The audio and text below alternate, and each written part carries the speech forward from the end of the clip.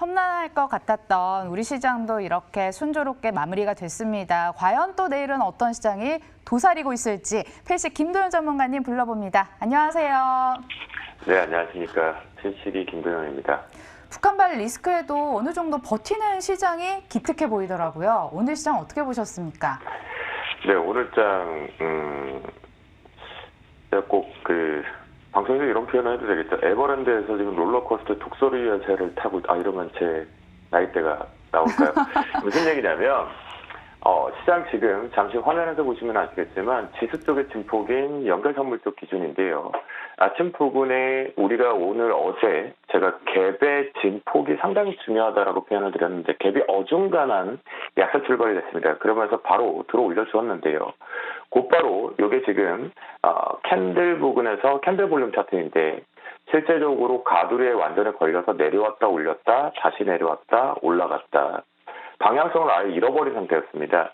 이 특징 중에 하나는 뭐냐면 오늘 출발과 동시에 계속해서 기관 쪽 그리고 외국인들 역시 동반해서 프로그램성 매도 압박 부분들이 계속해서 시장의 발목을 좀 잡고 있었는데요. 이 프로그램 트윗 쪽에 놓고 보시면 또 중요한 것이 보시면 차익과 비차익이 모두 다 매도를 하면서 실제 오늘 철저하게 북한발 리스크가 다시 한번 지정학적이 발생이 됐어도 눈치 쪽으로 받고 어제 급하게 1조에 대한 손바뀜을 순간적으로 동시효과에서 만들어냈죠. 그리고 난 뒤에 마지막에 현재 지금 보시면 비차익과 차익 쪽에서 매수가 좀 들어오면서 시장의 종목군들이 상승하고 있는 종목군들만 좀 쏠렸다라고 볼 수가 있겠고 특징적으로 2차 전지 쪽으로 좀 쏠렸어요.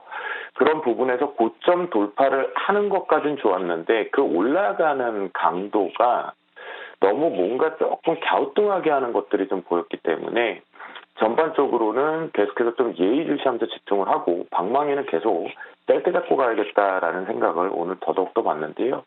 수급적인 측면에서 놓고 판단을 하나 정도 더 본다라면 오늘장 기준에서 제가 봤던 특징 중에 하나는 이 외국인들의 수급이 실제 코스피 시장 쪽과 코스닥 시장 쪽 마지막 부분에 일부 축소는 좀 나왔었지만 선물 시장 쪽과 파생 시장 쪽에 기존에 우리가 6월에 진행했던 것과 지금 9월을 진행하는 과정을 놓고 판단을 해봤을 때 새로운 주체가 조금 들어오고 있는 것들이 좀 포착이 되어서 이들에 대한 진검 승부는 조금 필요할 것 같고요.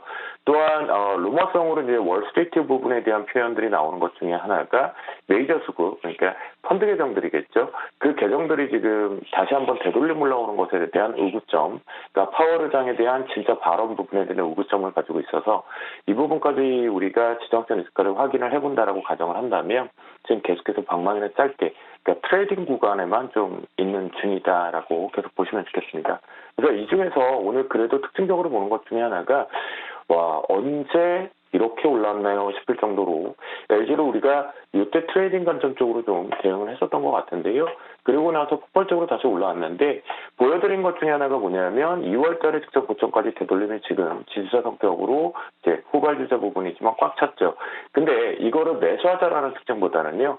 LG 여러분들과 제가 그동안에 2인자의 역할밖에 하지 못했고 뭔가 맨날 시끌벅적했었던 특히 핸드폰 부분에서의 문제점들 이런 것들을 감안해 보면 LG 과연 제대로 다시 가겠어라는 판단이 올해 특히 코로나 부분 사태 이후에 이 LG가 완벽하게 색깔이 바뀌고 있기 때문에 LG 그룹주들 잘 보자라는 차원에서 지수자 성격 오늘 특징주로 한번 잡아봤고요. 그리고 특징주 중에 또 하나가 뭐냐면 이 테슬라입니다. 다시 한번 그러니까 평소적으로 지금 중소형주가 급등을 한 뒤에 쌍고를 만들어내고 나서 눌림 조정이 바로 들어왔는데요. 동반해서 업종이 들어왔습니다. 그렇다고 한다면 위쪽 부분에 보유자용에서 홀딩을 하고 있다라고 한다면 65,000원을 기준으로 64,000원에서 65,000원을 기준으로 매물대를 한번 소화를 해야 된다라는 관점에 지그재그로 눌림목이 필요한 62,000원대 기준, 지금 현재 종가가 62,000원이니까 이 이하 쪽에서 눌림목이 든다면 이런 것들은 다시 한번 업종선으로 올라갈 수 있다라고 판단이 되겠고요.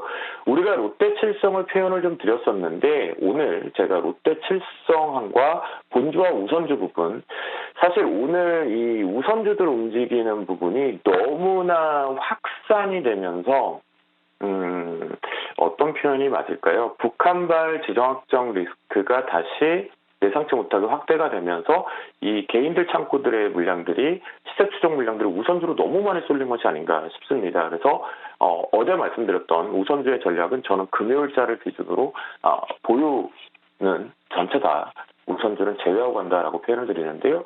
롯데칠성 우선주도 이렇게 강하게 올라왔죠. 근데 윗꼬리가 또 계속해서 매물대 부분이 있으니까 이런 것들은 먼저 지금 빼내자라는 전략으로 잡아드리는 거고요. 이 부분의 본주에 오늘 보면 재료는 이쪽이 더 좋음에도 불구하고 제대로 못 올라갔다라는 거죠. 그래서 우선주의 과열은 지금 조심해야 된다라고 말씀 좀 드려보도록 하겠습니다. 네, 전체적인 전략을 방망이 짧게 잡고 가자라고 말씀해 주셨는데 그럼 수익도 끊고 가실 건가요? 지금 포스코케미칼, 인텔리안테크 나란히 7% 수익 중인데 7% 먹고 나올 것인지 궁금해지네요. 네, 이제 우리가 여기서 이제 고민이 되는 거죠.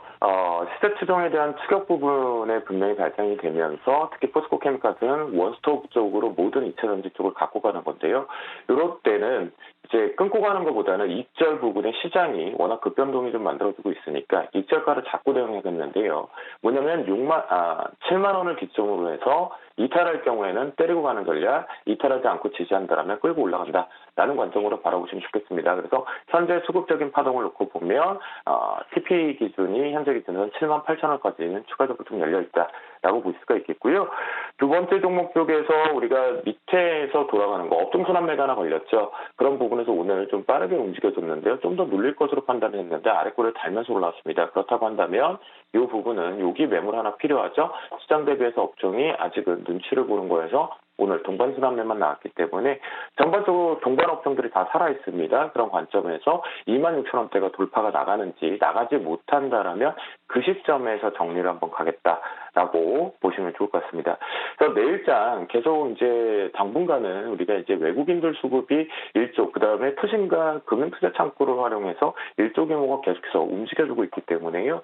외국인들 수급이 새로운 주체가 좀 들어왔다라고 저는 판단을 하고 있기 때문에 원달러 환율 제일 달러 원 추이 자체가 또 중요합니다. 오늘 1220원을 아침 초반부에 돌파를 할까 저도 상당히 긴장을 하고 집중해서 보았는데 1218원대 부분에서 일단 고점을 살짝 막아놨어요. 근데 아직까지 뭐죠? 바로 이 다시 되돌림의 상승 추세가 지금 끝난 상태의 파동이 아니기 때문에 위쪽은 언제든지 쉽게 좀 뚫릴 수 있는 부분이니까 요거 내일장에서 반드시 돌파 여부 확인하는데요. 자, 돌파하면 뭐 한다? 매수 타이밍 더 뒤로 미루고 우리 지금 노란톡에서도 이미 현금 비중을 벌써 많이 채워 누렸다고 하는데 월요일날 부분과 북한발 때문에 어제 이제 긴급적인 뉴스들 때문에 진입하기가 어렵다라고 하는 부분에 제가 방망이 짧게 잡고 종목군들은 계속해서 이제 프로그램성 유발시켜서 들어오니까 트레이딩은 계속 하시는 게 좋을 것 같습니다라고 표현을 드리고 있거든요. 그런 관점으로 본다라고 한다면 내일 1220원을 기점 딱 직선 그어놓고 체크를 해보시면 좋겠고요. 그래서 내일장 부분에서 우리가 볼 거는 이제 다 눌림목이겠죠. 솔브레온 홀딩스 부분에 대한 매매 포인트를 좀 눌림목으로 좀 잡겠는데요.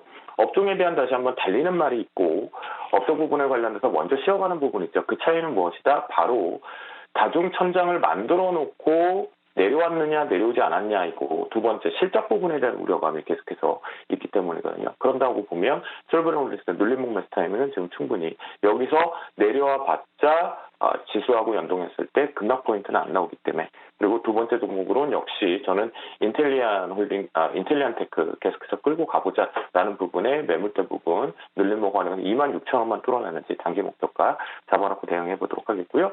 마지막으로 조금 작은 종목인데요. 시장에서 요즘 조금 많이 알려지고 있어서 갖고 나왔습니다. 바로 더구전자입니다. 다중바닥과 다중천장을 지금 만들어내면서 매물을 소화주가는 수렴 패턴이기 때문에 역시 눌림목 매수 타이밍을 잡고 기준적으로 8,700원 이하 부분의 매수 포인트 잡고 수익 실현해보자라고 말씀을 드려보도록 합니다. 네, 지금까지 월요일은 급락, 화요일은 급등, 수요일은 정체된 모습을 보였는데 필식 전문가님께서 내일은 현금화를 조금 더 하고 매수 시기는 늦추자라고 전체적인 전략에 대해서 말씀해 주셨고요. 그래도 관심권 넣어두고 살펴볼 종목으로는 세 가지 말씀해 주셨습니다. 솔브레인 홀딩스, 인텔리안테크, 더구전자까지 저희 빠짐없이 관심권에 넣어볼게요. 네, 지금까지 MTNW 김도현 전문가 함께했습니다. 고맙습니다. 감사합니다. 네, 내일은 경제방송국 추천주를 더블 체크하는 더블 체크 여러분들 3시부터 기다려주시면 저희 마감 때 같이 함께 하실 수 있습니다. 추천주 정리받고 더 오케이 받는 종목까지 관심 가져주시고요. 일단 저희는 여기서 인사드리면서 내일 다시 찾아뵙도록 하겠습니다. 끝까지 시청해주신 여러분 고맙습니다.